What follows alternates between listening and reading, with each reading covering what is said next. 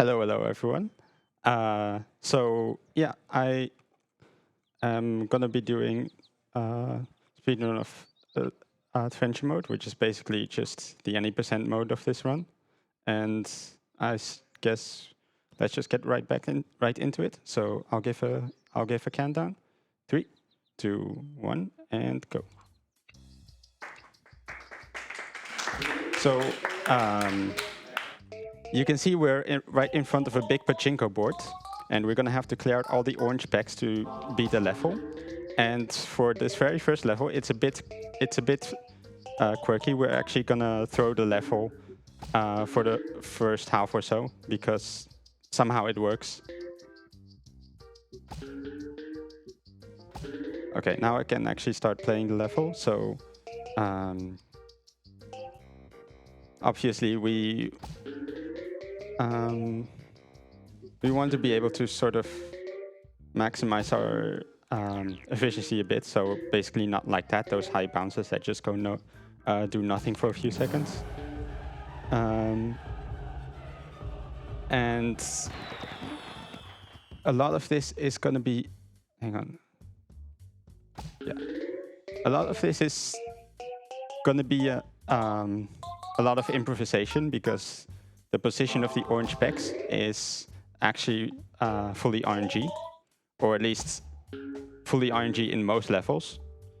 But there are some prepared setups that we can go for, because the physics of the game is still deterministic. So if you know what aiming at a specific pixel is going to do, then we can get the same shot every time.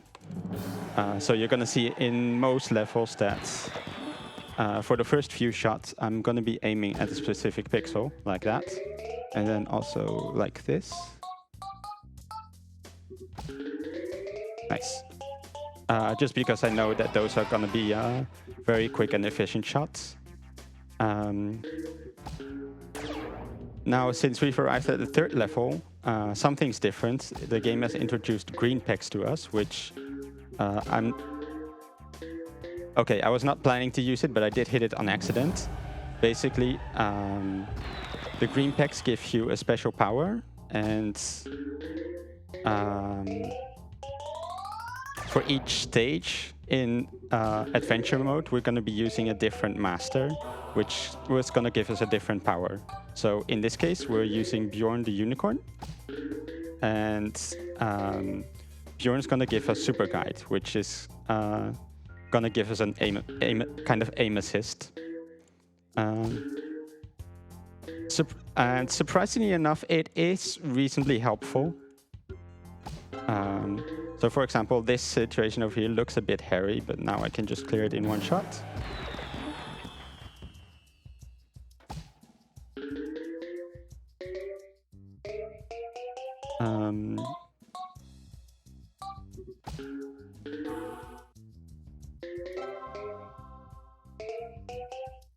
So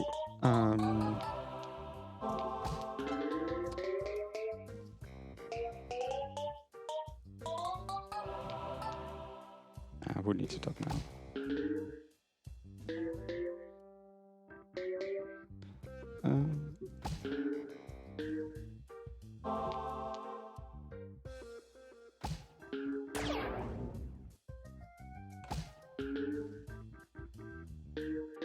Do you mind if I jump in here with a few messages? Sure.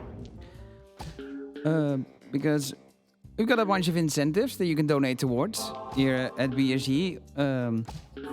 And there's two I want to highlight here for our upcoming run later on, Shin Megami Tensei 5, where there is an incentive for the ending choice, where you can choose between law ending, chaos ending, or neutral ending. Chaos ending is currently in the lead with 20 euros. Law ending is in second with 10, and neutral ending is sitting at 5. So if you want to change which ending we will be seeing, or if you want to strengthen the lead that Chaos has, be sure to get your donations in. Alternatively, you can donate for the voice language. You have a choice between Japanese or English. Japanese is sitting at 5 euros, whereas English has 0.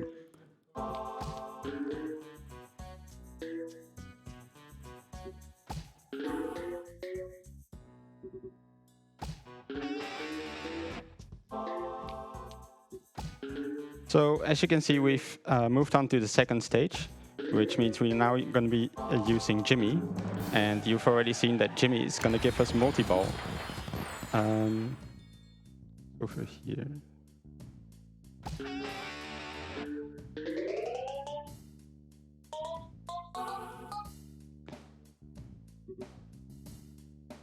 Okay, so I don't think I hit that that pixel quite right. It's supposed to slide a bit more on the left side. Doesn't matter a whole lot though, I don't think.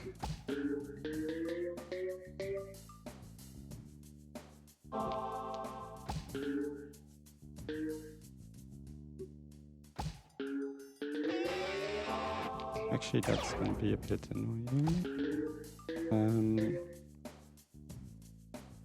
So there's, so interestingly enough, there's a grand total of 2 glitches used in this run. Except you probably wouldn't have noticed that they were there. Because they're both kind of in the saving the frames category. So at the end of the level, I'm going to click continue, and that's going to be done with both the left and right click. And what that's going to do is it's going to skip a dialog box that's going to appear at the start of this level.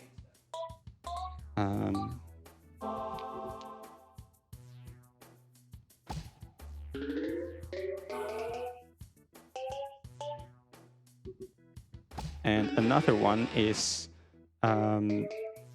saving even more frames, which is the game allows you to fast forward when you're aiming your shot by using right click. And it turns out that if you still have right click held when doing the shot, then you get 2 extra frames of fast forward that you shouldn't have. So anytime you get this fast forward trick, you save a grand total of 14 frames on the shot, which adds up to about 1/7 of a second. But that's for every shot, which does end up adding up.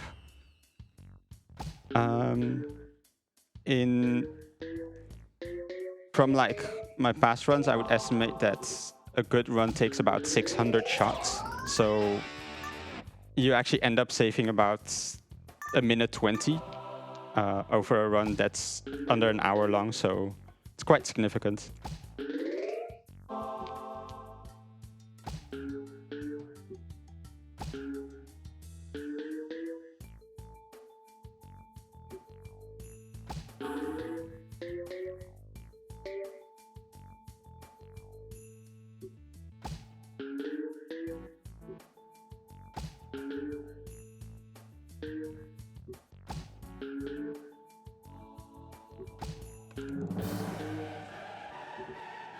Okay, that was weird. So this level introduces a new thing, which is moving elements. This means we can't really go for precise setups, since obviously these basically any setup that we would want to go for would now necessarily have a timing element to it. So going for frame perfect timing is usually not that viable, because the game actually runs at 100 FPS. So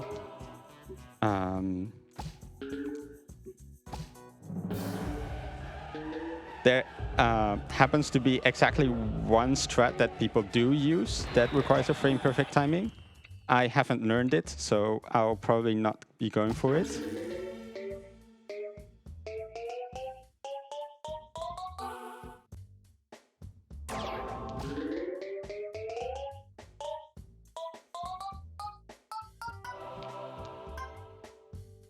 There is, however, a strat that's gonna appear somewhere in the middle of the level, which at best we get a 3-frame window for it. Basically, the reason we do go for that is even if you miss it, the result is still good. But if you get it, the result is absolutely wicked. So prepare for that, I guess. Ooh.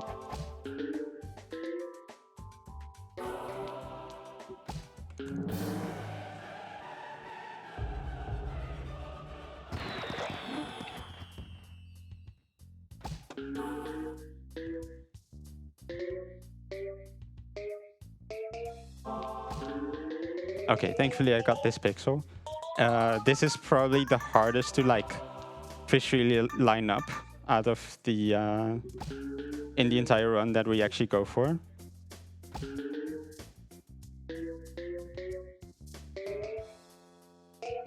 Usually, what happens when I'm at home is I practice this strat, and then when I'm doing runs, my computer will apply a night filter, so it's gonna look different.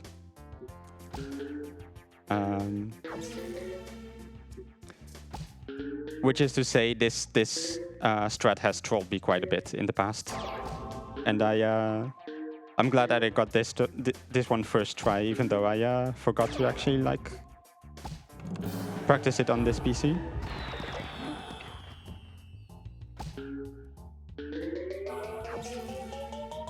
So this is a bit of a calmer part of the run, I guess. You may be wondering, how do you actually find all of these setups? And the answer is it varies a fair bit. This level and the previous one have two very similar sort of slide strats. But they actually came about in entirely different ways. For this level, what happened was I just randomly found it in one of my attempts. And in the level before, basically no one really found it on their own. What happened was someone actually decided to brute force every possible pixel on every single level. So that gives us like several millions of data points that we can look at, and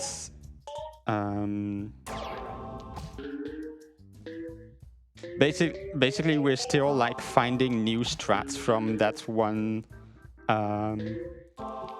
one data dig that was done once, which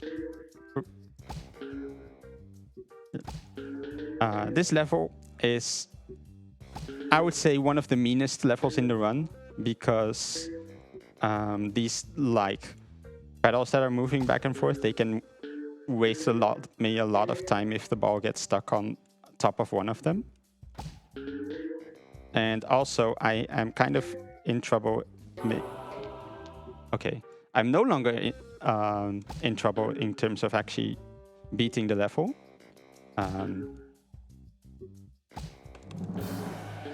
This is gonna happen somewhat often on like the later levels, because obviously the levels are gonna get harder a lot of the times.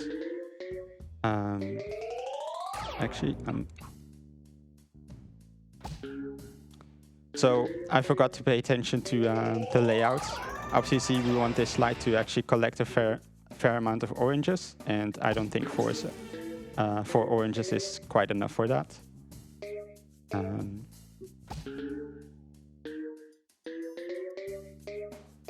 So I guess that's the first time you've seen like reset strats, which is basically just trying to fish for a favorable layout.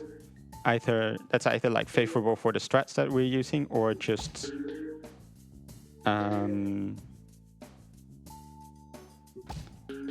favorable in terms of certain packs that can be a bit hard to reach. which then hopefully are not going to be orange.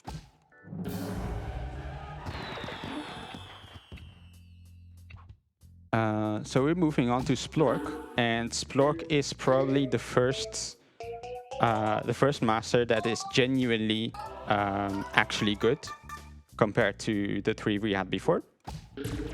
So in this case, as you can see, we get an explosion. And in this stage in particular, you're gonna see a lot of reset strats because obviously the explosion is sort of a very local thing as opposed to like most of the other powers. So we can often tell when an explosion is gonna be good and when it won't be. Wait, I'm not going for that anymore.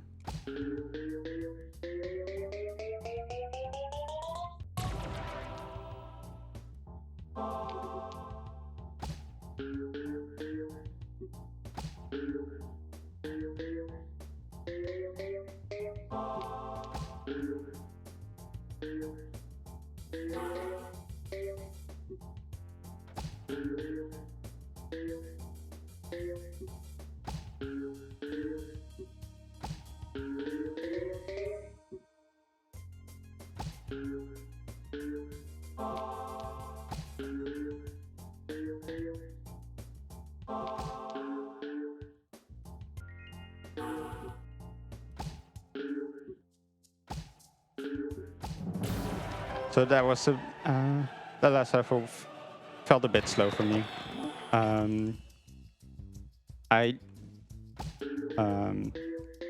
I've noticed, like, lately in particular, since I have been working on like a new tutorial for this one, and so sort of lately I've noticed that in particular for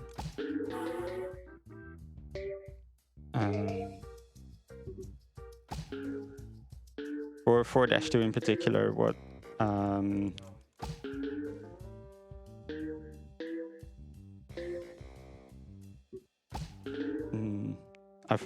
I genuinely forgot what I was trying to say. I'm sorry.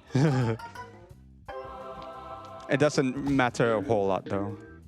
Let's just move on.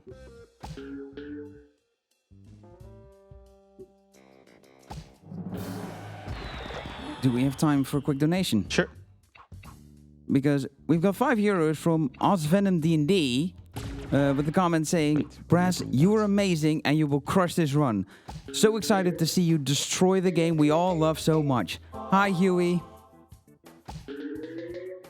So Oz was one of the runners who came in in like the first big influx from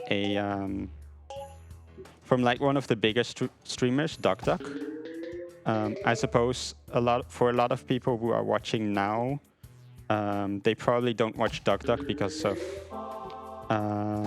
because he obviously streams at very American times.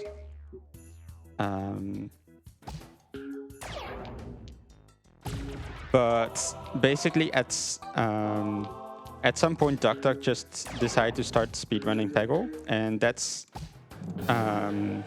and basically that meant that a lot of the current runners actually just came in as audience members of DuckDuck. So that was pretty cool to see. It also means that compared to a lot of other communities, I would say the Peggle speedrunning community is kind of a bit more of its own thing. It has a lot less overlap with a lot of the more traditional speedrunning communities, I'd say.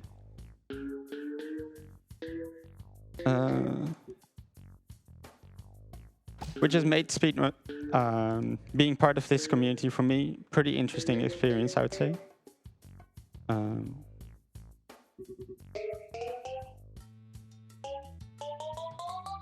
Also, this level is going awful right now, so I gotta pay attention a bit.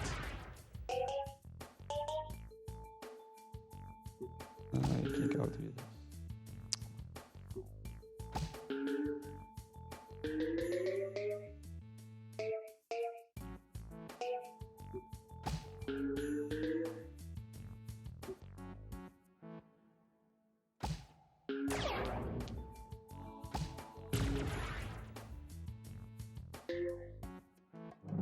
All right. That was kind of lucky. I'm not sure how I would have reached that back.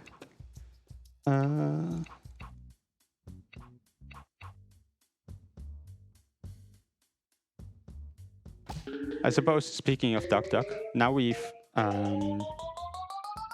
arrived at Claude. And Claude kind of got memed up a bit in the Duck Duck community. Because at that point, we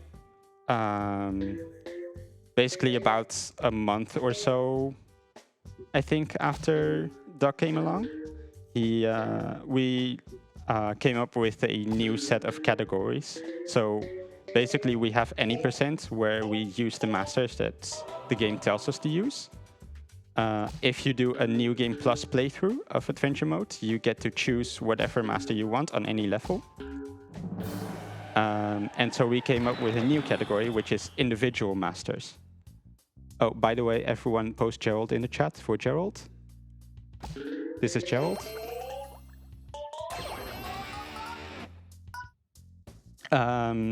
So individual masters, it basically means you play an NG Plus playthrough, but you use the same master for the entire run. And in particular, Duck, he decided to grind out the individual master run for Claude. And so, in like typical Duck fashion, this sort of became a sort of chat versus Duck thing, where Duck likes Claude a lot, and chat then has to like a different master, which became Warren. We're gonna see Warren later.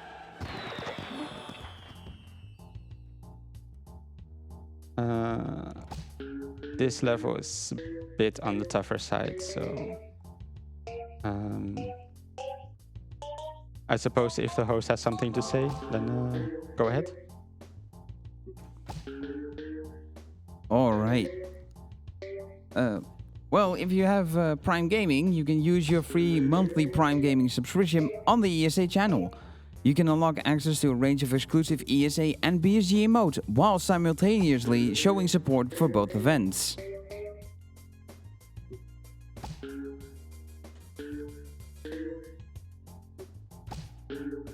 You want me to say more things? No, sure. Alright, so do you want to go to more on-site speedrunning events? Our brothers in the United Kingdom are hosting UKSG Blue 23 in Glasgow that runs the 23rd and 24th of September 2023, and they will be raising money for Crisis.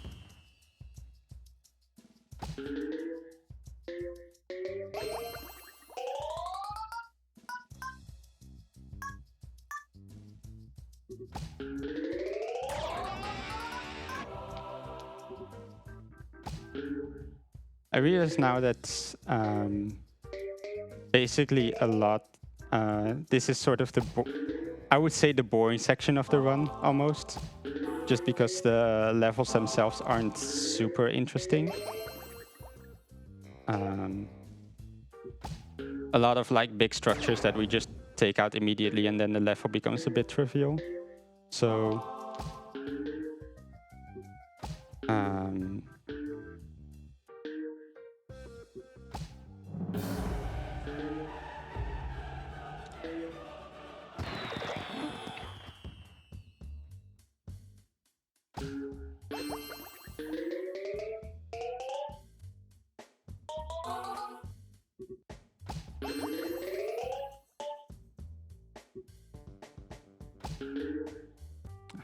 good.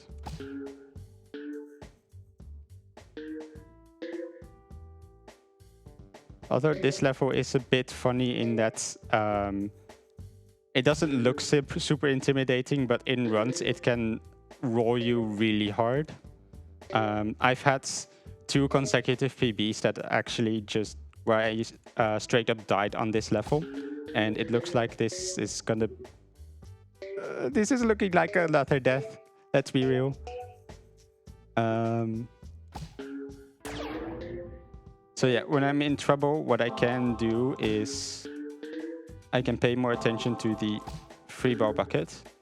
If the ball lands there, you just get it back, so you can take an extra shot before you die. We do need free balls because, well, if you go by the estimate I've taught before of, hang on.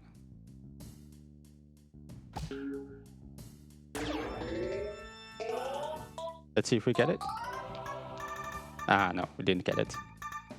So if your timing is right, you can get all 3 slides here at once, which is always hella wicked to look at. So I think I've mentioned it, I've like alluded to it earlier a bit, but this specific strat has a 3-frame window to hit it because you have to interact a fair bit with these slow-moving pegs.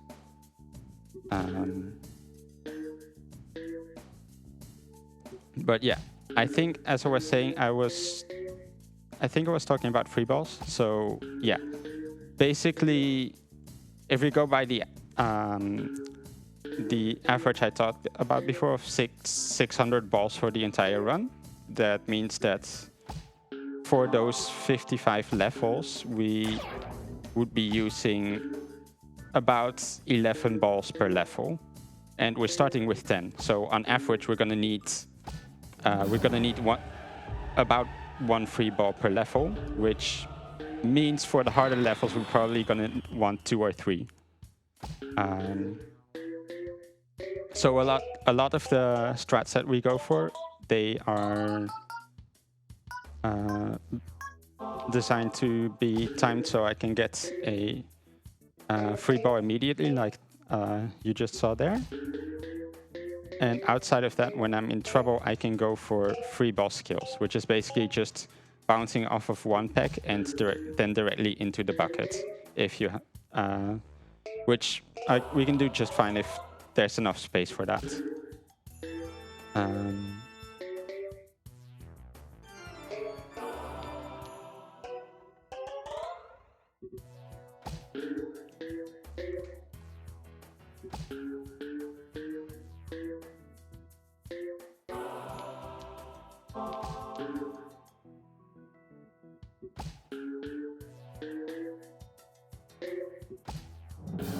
So yeah, unfortunately, this is just a bit of a boring level.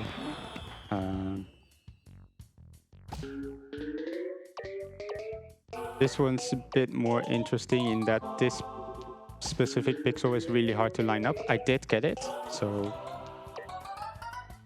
that's gonna clear out most of the right side there.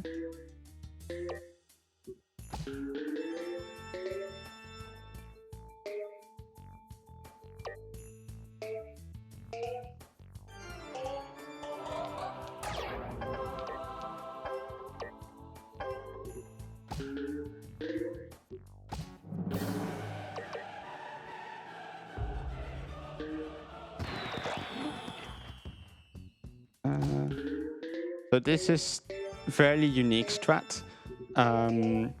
Basically, where the green pegs are is usually random, but it happens to be the case that there's certain pegs can have a flag set, which means that in adventure mode, and then only from a new file, is it gonna be a guaranteed green peg. And for this level, there are 2 pegs that have this flag, so both greens are going to be in the same position every time in an any percent run. So in this case, what I did was I used that fact in a way to get a spooky ball turn 1 and then make sure that it's actually going to be useful, because this the shape of this level means it's very likely to just flush down the middle twice. We're gonna reset this one.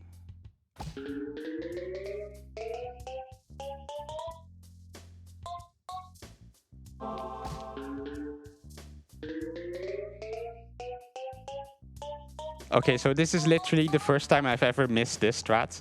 It's supposed to like slide down here somewhere.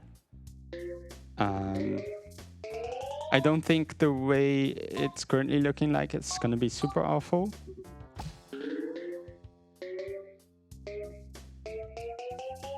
But I think I would have liked to hit a bit more on the right side.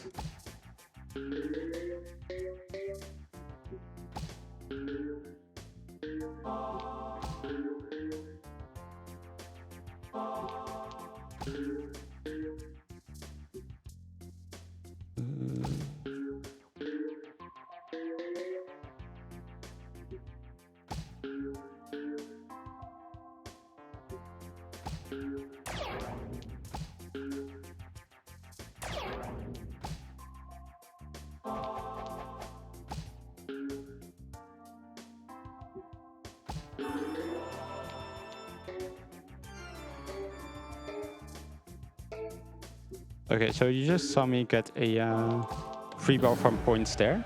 If you get to 25,000 points in a shot, then that means you get a free ball. And we're also seeing the new master, Tula. Tula is going to take out 20% of the remaining oranges for us. Which means usually it's a bit more efficient to hit the greens early, so we can get since 20% at the beginning is just a bit more effective than 20% at the end.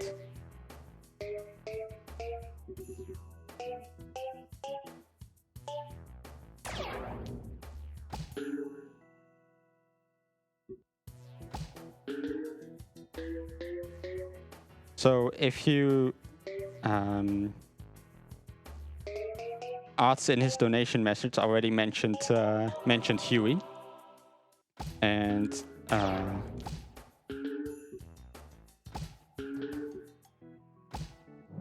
Huey is a character in the next level.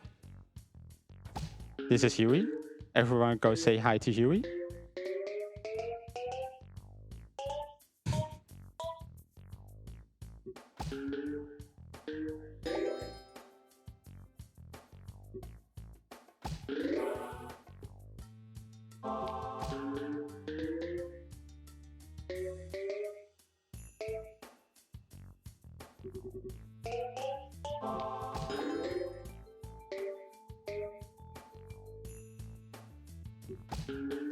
I suppose if screen over here is telling me there's no donation, but it also said that last time when there was one, so I guess I'll just ask the host if there's anything to say here. Well, that's something I can say about, for example, one of the games you can win by donating, such as Streets of Rogue. Streets of Rogue is a roguelite about player choice, freedom, and anarchic fun. Developed by Matt Dabrowski and published by TinyBuild.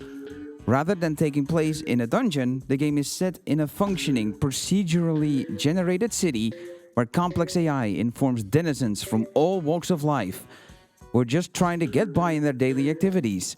In order to progress, the player will need to accomplish specific mission goals in any way they see fit. And just so you know, if you donate a minimum of 10 euros, you are eligible to win a copy of the game. All right, thanks for that. So, you may have noticed, compared to what we've seen before, this level kind of looks a bit whack. And that's going to continue because the levels are all going to be from like the previous level onwards. Actually, I want to reset this. And I want to reset this as well. From the previous level onwards, the levels are going to get a lot harder. Actually, I'm supposed to go for this. Nice. I got the strat here. It's a fairly new one.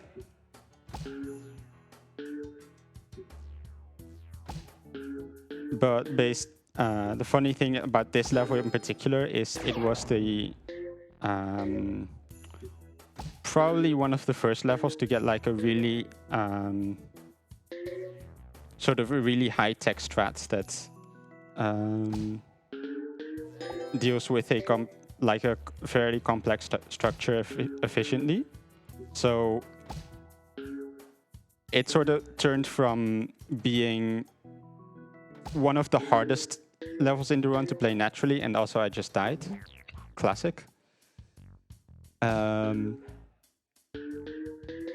To being one of the easier levels in the game for a while, but then basically all the other levels kind of cocked up to it, and now it's still probably one of the easiest to take a random death on.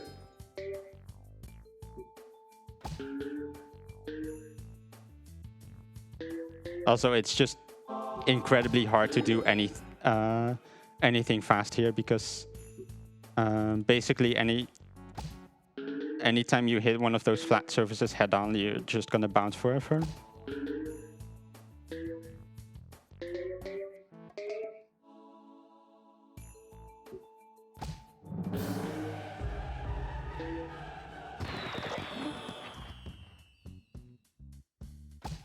So this is a bit of a quirky level because we're gonna see that basically let's not do that. Let's instead go here. We can do that, and we can do that, and let's also do that because why the hell not?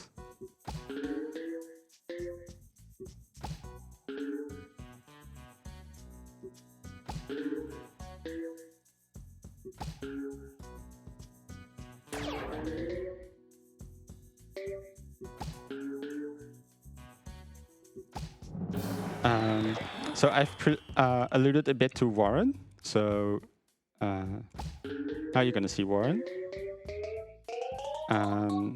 First, I want to get this strat. Nice.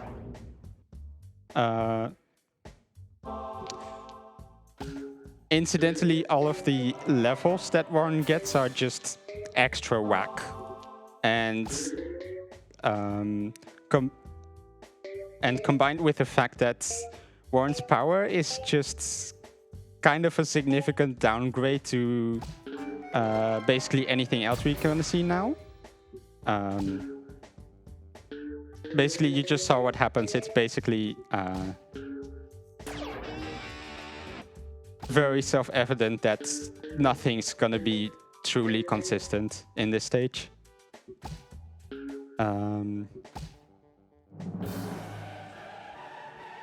And in particular, the top option that you're going to see, the top option that you're going to see in the wheel is going to be, oh dearie me.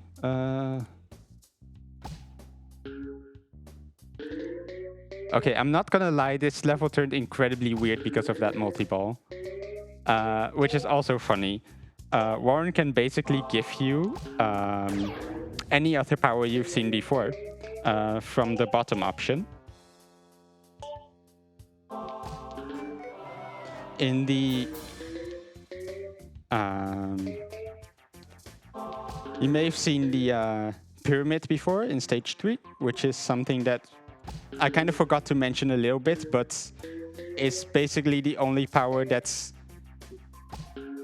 almost directly anti-speedrun, in that we very much do not want to get it. But as a funny anecdote, in my current PB, I got in... Warren gave me the pyramid 3 times in the 5 levels. So that's about 10 rolls you have to get it. We actually got really lucky this time. The magic hat is still a bit situational, I would say, but overall probably the best roll you can get from the lucky spin. you probably you can already tell that level went by really smoothly, even though it just is one of the harder levels in the run. Now I want to go here.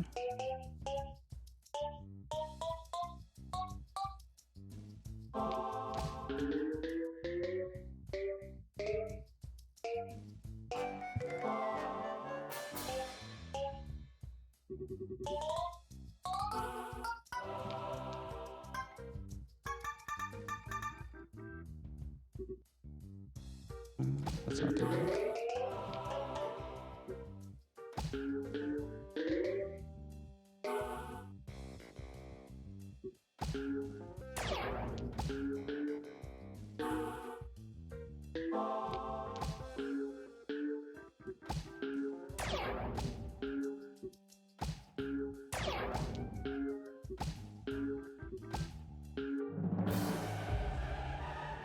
So just picking off all of those packs one at a time may seem inefficient, but usually it's better than the alternative, which is to just end up with a whole bunch of big bounces when you're trying to like combo multiple packs together.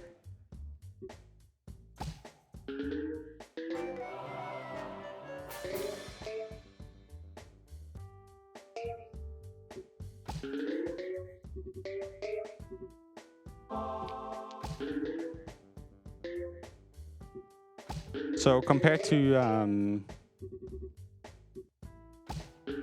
I'd say compared to a lot of the other options that Warren can give you, the extra ball, for any percent, I would say it's all right.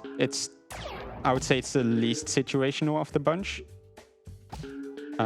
just because all of these levels are pretty hard.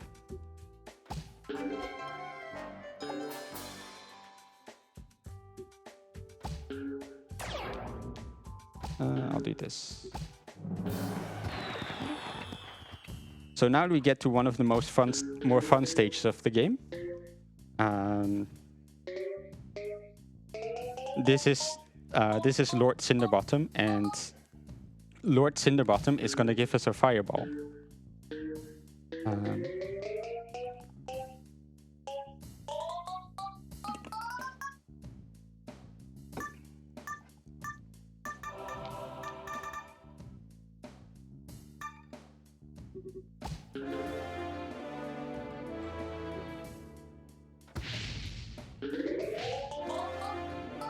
So yeah, the fireball's going to do that pretty wicked.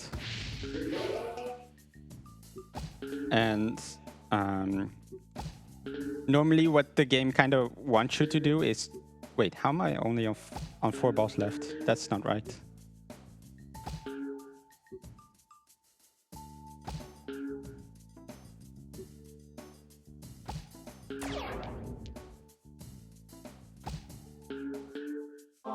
Okay, so being like at a risk of losing here is actually like so rare on this level that, yeah. I basically just didn't have a good feeling for what kind of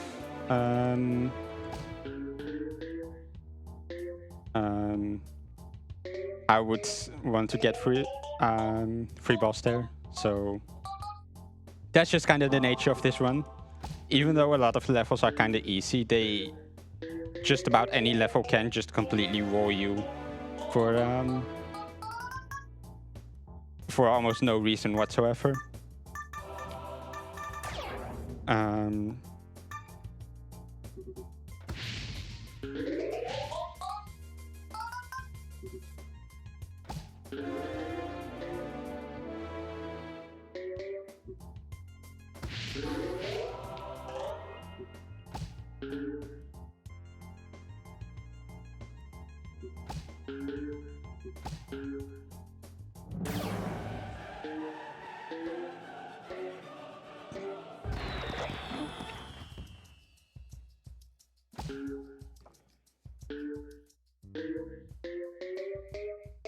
So you may have seen me do the fireballs from like have the fireball bounce from the corner of the bucket, what the game kind of intends you to do is to have the ball bounce on from the top of the bucket. It gets covered when you get the fireball, and so you can get one bounce out of the top side of it. But basically, the top of the bucket, it's arced a fair bit. So basically what that means is if you need to get if you want to get a specific angle, then the timing for it is going to be rather tight. Usually about 8 to 12 frames, I would say. Whereas if you're going from the corner of the bucket is actually rather flat. So we actually have a much bigger window to get those kind of wacky bounces as opposed to the more intended options. That doesn't mean I'm never gonna go for bounces off the top. But basically when I do, it's because I have a prepared shot that I know it's gonna be good. And that I've also practiced the timing with so that I can actually hit it.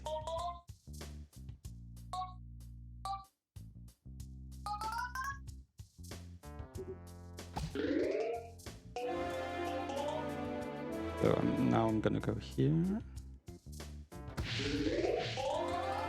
And there you go. That was what I was kind of alluding to.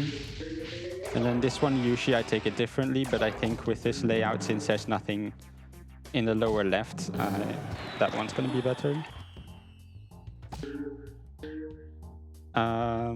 So this is a bit of a wacky level. Very likely, actually a lot likelier to troll you. I think in my current PB, this is the one level where I had a death on.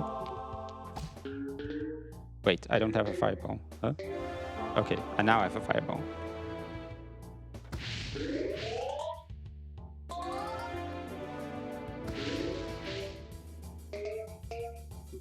That's good enough.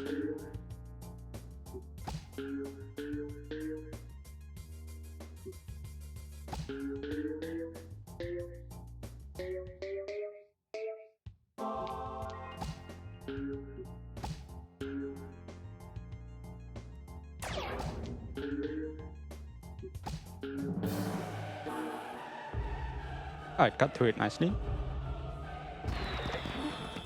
So now we move on to the final master, which is... Hang on.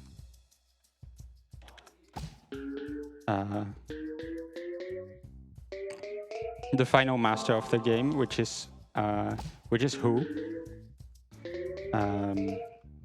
Basically, what Who does is it's Who's gonna task a shot for you. So once I get the Zen ball, hang on. Once I get the Zen ball,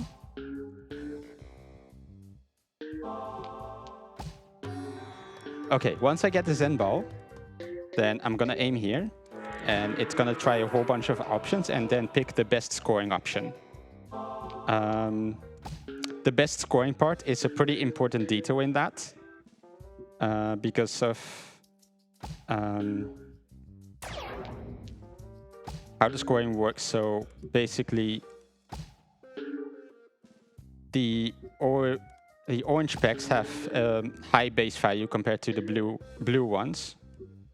So this can be helpful, but there's also the points boost pack, which is this purple pack that you see here. So most of the time, a lot of the time when you get a Zen ball, Who's gonna be a bit greedy and just go for the point boost. This time it spawned here, so it was basically completely out of reach, which in this case was very favorable for me. But a lot of the time when I'm like going for a Zen ball, I have to pay attention to where the point boost spawns in afterwards, so I can make who actually do something useful instead of just going for points. Going for points is sometimes good because for a lot of these levels, those the free balls you get for them are still good, but usually we'd rather have who just clear the level for us. I'm sorry? Oh.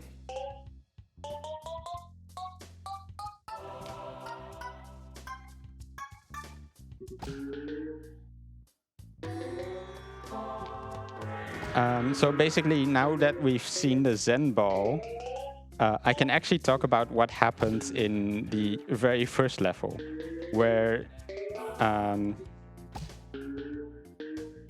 I was throwing the level in the first half,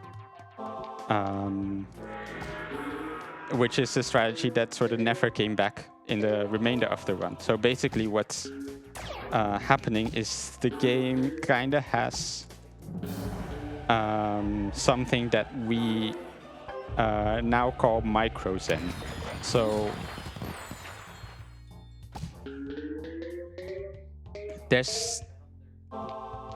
we're not entirely sure when it appears, but basically for some shots what happens is sometimes what happens is the shot will basically do like a small Zen ball with just a handful of simulated options, like 5 or 7 or so. I'm not sure what the exact number is here.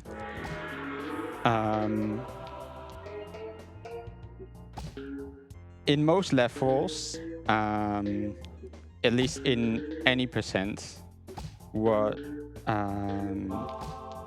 the micro Zen only occasionally shows up, like maybe in like the last 2 shots of the level, and maybe not at all.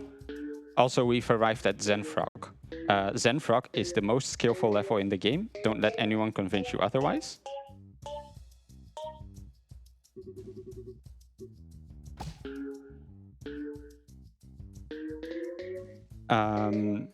So yeah, as I was talking about, it turns out that the very first level actually works differently from the rest.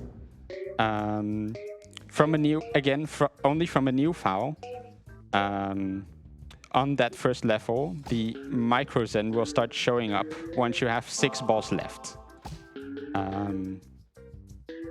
So this is something I literally came up with last week, which is to just mill ourselves down to 6 balls left, so we can actually use the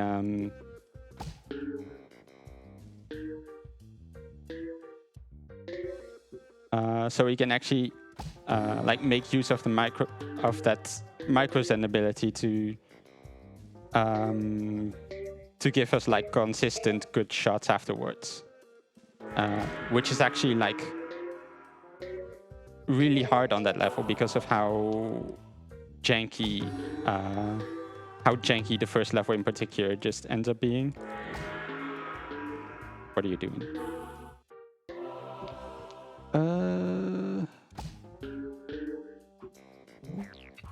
Okay, so I kind of died there, and this is just this level is just incredibly luck based because of just how little you can do to sort of because of how little you can do to like manage the shots you're taking. Everything is moving, so it's really hard to get like a consistent bounce off of these elements. But then there's also another issue, which is that who on this level is just bad.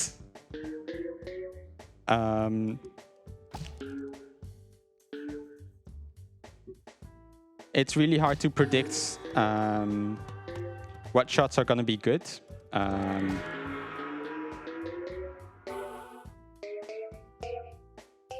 And more often than not,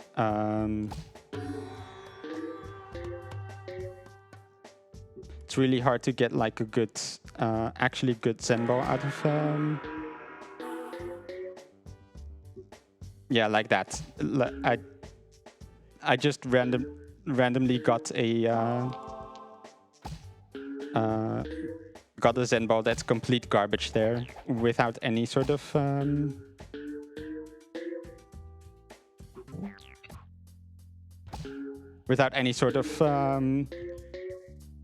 indication of what was going to happen.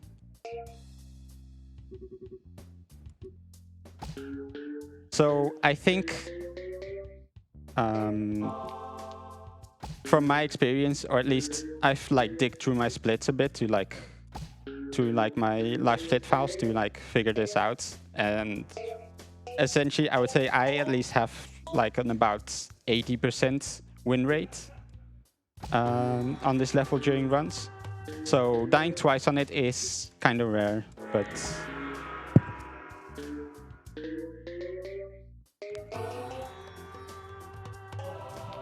that's unfortunately just kind of a part of the run.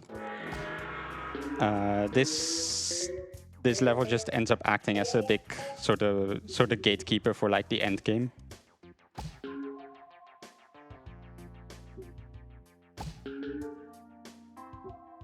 All right, I need something to happen here.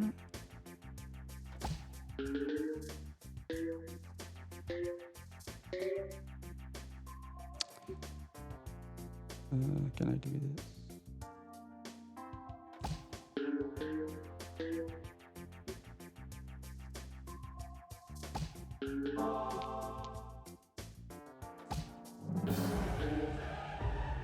Okay, thankfully it's didn't take too long here. So now for the final stage, we actually get to choose our masters, which means for a lot of these levels, we're gonna pick Cinderbottom because obviously these kinds of brick patterns you see here are just really tough to deal with, and we also get kind of a wicked strat here.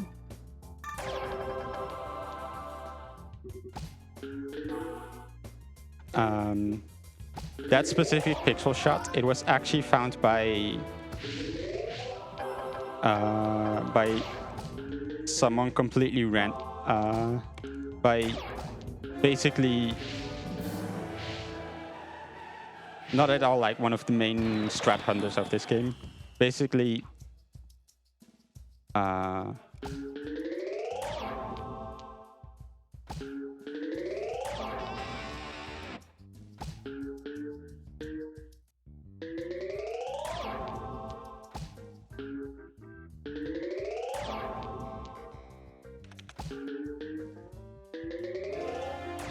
I completely lost my train of thought there. You'll have to forgive me for that.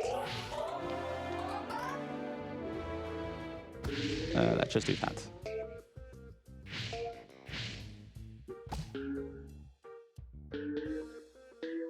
So as you can see, all of these like these final 5 levels, they all have kind of a theme to it. So in the first level, you saw a lot of these big arcs. Here, the level is fully straight lines. In the next level, the theme is going to be a bit janky. Actually, do I want this? I think I don't.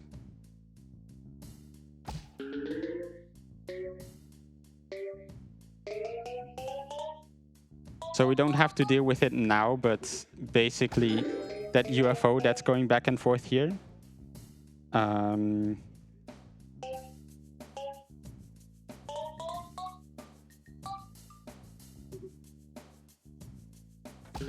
So you're going to see this shot is going to go through the portal and then out of the UFO.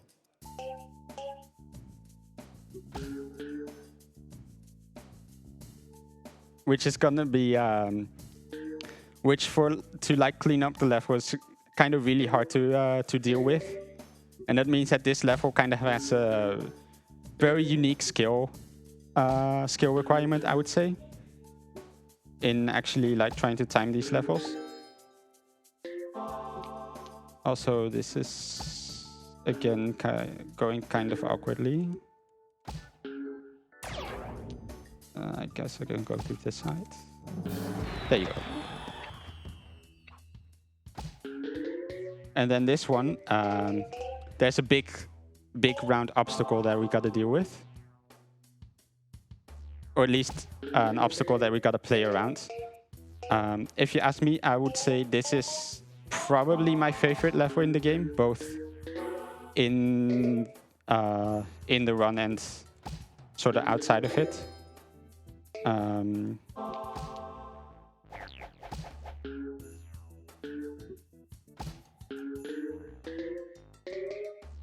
So yeah, as you can see, we can kind of like prepare a lot of like, not necessarily like pixel perfect shots, but definitely like prepare where we want to aim so we can actually get the correct bounces here. And we're actually going to the final level, which is going to have a pretty neat strat. This level kind of went through many iterations. Oh, I kind of boxed it a bit. I think it's worth resetting. So, of course, I wanted to get the second fireball with the first fireball, and I barely missed. That's much better. And then again.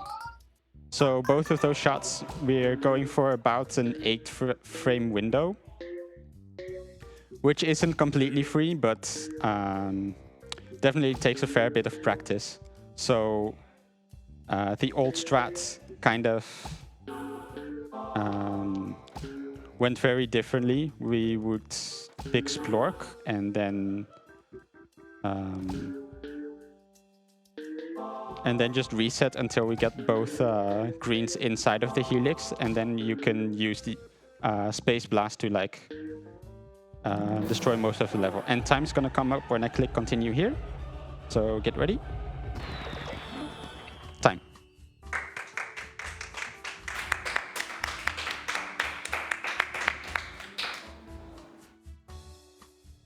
All right, so I think for a marathon, that one went pretty well.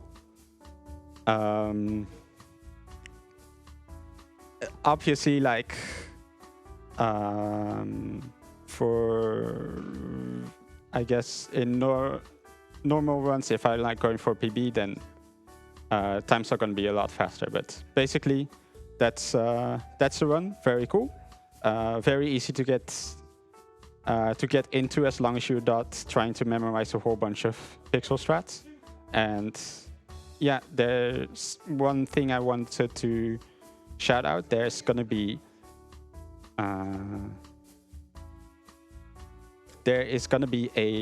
another Peggle run in a few days. It's gonna be the sequel, Peggle Nights, and that's gonna be on Frame Fatales, which is on the GDQ channel. So be sure to check that out as well if you got time. And hopefully you all enjoyed the run, and goodbye. All right, thank you, brassbeat, for this very interesting run of Peggle. I was glued to this monitor where I can see everything. Yeah, we're gonna be heading to an intermission, play some ads, and then get the next run set up. But this will also mark the end of my hosting shift, so I will be handing it over to Naomi. And yeah, enjoy the rest of the marathon. Keep those donations rolling, and let's try to hit 2K for that Kaizo Rayman run.